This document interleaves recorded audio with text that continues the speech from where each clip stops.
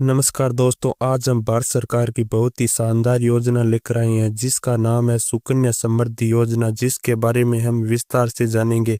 इस योजना में आप कम से कम 250 रुपये जमा कर सकते हैं और 70 लाख आपको अपनी बेटी की शादी और पढ़ाई के लिए मिल सकते हैं। सुकन्या समृद्धि योजना से जुड़े सभी सवालों का जवाब हम इस वीडियो में मिलने वाले हैं। उससे पहले आपसे रिक्वेस्ट है कि अभी तक आपने हमारे चैनल को सब्सक्राइब नहीं किया है तो हमारे चैनल को सब्सक्राइब जरूर कर लें। चलिए सबसे पहले हम जानते हैं कि सुकन्या समृद्धि योजना क्या है और ये सरकार द्वारा क्यों लाई गई थी। सरकार द्वारा ये योजना जनवरी 2015 में बेटी बचाओ बेटी पढ़ाओ अभियान के तहत शुरू किया गया था, जिससे जो गरीब घर की बेटियां पढ़ाई कर सके और जब वह बेटियां शादी के योग्य हो तो उनके पिता द्वारा छोटी छोटी बचत को जमा करके एक गारंटेड रिटर्न मिल सके, जिससे वह अच्छे से बेटी की शादी कर सके। अब हम जानते हैं कि इस स्कीम में निवेश करने के लिए क्या क्या योग्यता होनी चाहिए और कौन कौन से डॉक्यूमेंट लगेंगे, और हम कैलकुलेट करके भी देखेंगे।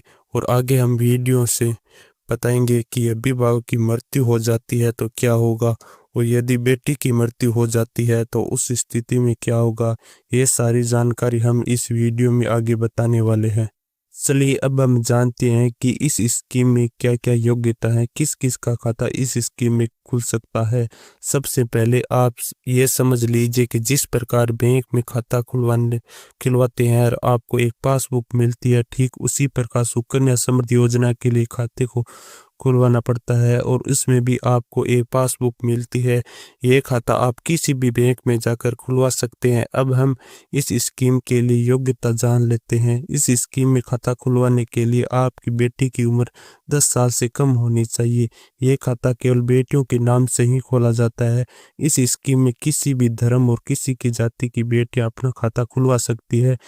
इस योजना में परिवार की 2 बेटियां ही खाता खुलवा सकती हैं। अगर 3 बेटियां हैं तो उसमें से 2 ही बेटियों का खाता खुलेगा। इस स्कीम के लिए खोला जा सकता है।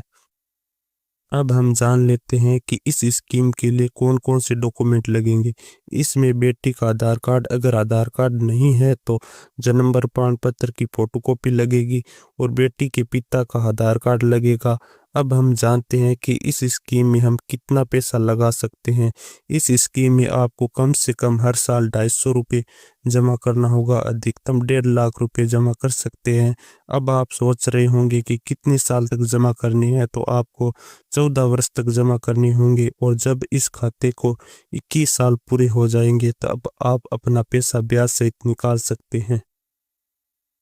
सुकन्या समृद्धि योजना के खाते में आप जब चाहे तब पैसा जमा कर सकते हैं। सुकन्या समृद्धि योजना में आपको 8% का फिक्स रिटर्न मिलता है और इस स्कीम में किसी भी प्रकार का कोई भी रिस्क नहीं होता है। सुकन्या समृद्धि योजना की वार्षिक ब्याज दर 8% है। दोस्तों, हम आपकी बेटी की उम्र 6 साल मानकर चल रहे हैं और आप अपनी बेटी की सुकन्या समृद्धि योजना में खाता खुलवाते हैं तो हम मानकर चलते हैं कि आपने 2025 में शुरू किया और अब आप 25,000 रुपये हर साल जमा करते हैं तो आपको 14 वर्ष तक इस स्कीम में पैसा जमा करना होगा। फिर आपको 7 साल इंतज़ार करना होगा।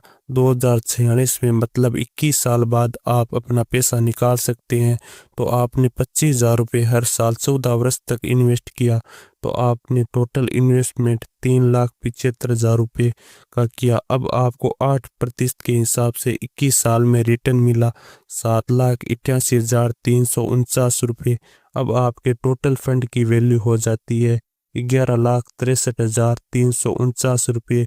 इसी प्रकार अगर आप 60,000 रुपये हर साल 14 वर्ष तक इन्वेस्ट करते हैं तो आपने टोटल इन्वेस्ट किया 9 लाख रुपये। अब आपको 8% के हिसाब से 21 सालों में रिटर्न मिला 18,92,037 रुपये। अब आपके टोटल फंड की वैल्यू हो जाती है 27,92,037 रुपये। इसी प्रकार अगर आप 1.5 लाख रुपये हर साल 14 वर्ष तक जमा करते हैं तो टोटल इन्वेस्टमेंट किया 22,50,000 रुपये। अब इस पर 8% के रिटर्न के हिसाब से 21 सालों में रिटर्न मिला 47,30,093 रुपये। अब आपके टोटल फंड की वैल्यू हो जाती है 69,80,093 रुपये। अब हम जानते हैं कि सुकन्या समृद्धि योजना में अगर बेटी के पिता ने खाता खुलवा लिया है, वह 1-2 साल पैसा जमा किया और अब इसी बीच बच्ची के पिता की मृत्यु हो जाती है तो क्या होगा। तो इस स्कीम में किसी भी प्रकार का इंश्योरेंस नहीं है। पिता ने जितना भी इन्वेस्ट किया है वह अमाउंट बेटी कभी भी पिता का मृत्यु सर्टिफिकेट लगाकर पैसा निकाल सकती है। लेकिन अगर बच्ची के दादा दादी या अभिभावक इस स्कीम को जारी रखना चाहते हैं तो वह इस स्कीम में हर साल पैसा जमा करके इस स्कीम को जारी रख सकते हैं। अब अगला सवाल आता है कि अभिभावक जीवित है और बेटी की मृत्यु हो जाए तो क्या होगा। तो इसमें ये नियम ये कहता है कि बेटी की मृत्यु होने के बाद पिता को मृत्यु प्रमाण पत्र लगाकर सारे पैसे निकाल लेने हैं और खाते को बंद कर देना है। अगर ऐसा नहीं करते हैं तो इस पर कार्रवाई की जाएगी। अब हम इस स्कीम के सबसे नेगेटिव पॉइंट की बात करें। अगर लड़की के पिता ने पैसा जमा किया है और बेटी जवान हो जाती है और किसी के प्यार में पड़ जाती है और उसे पता चलता है कि उसके पिता ने उसके लिए पैसे जमा किए हैं इस स्कीम में, तो वह पिता को बिना बताए इस अकाउंट से पैसे निकाल सकती हैं, जो कि एक बहुत बड़ा नेगेटिव पॉइंट है।